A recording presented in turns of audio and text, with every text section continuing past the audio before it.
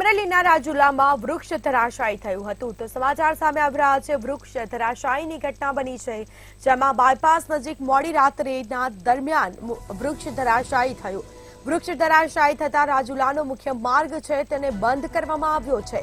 Police અને પાલિકાની team ઘટના સ્થળ પર પહોંચી હતી। વૃક્ષોના પડવાથી ઇલેક્ટ્રિક પોલ પણ તૂટ્યો હતો, જેમાં નગરપાલિકાએ વૃક્ષ હટાવવાની કામગીરી પણ હાથ ધરી હતી।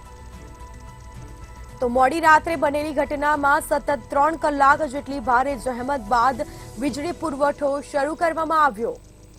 તો વૃક્ષ ધરાશાયી થતા રાજુલા શહેરના વીજળી પુરવઠો પણ ખોરવાયો હતો। રાજુલા નગરપાલિકાની ટીમ દ્વારા વૃક્ષ હટાવવાની કામગીરી શરૂ કરવામાં આવી હતી।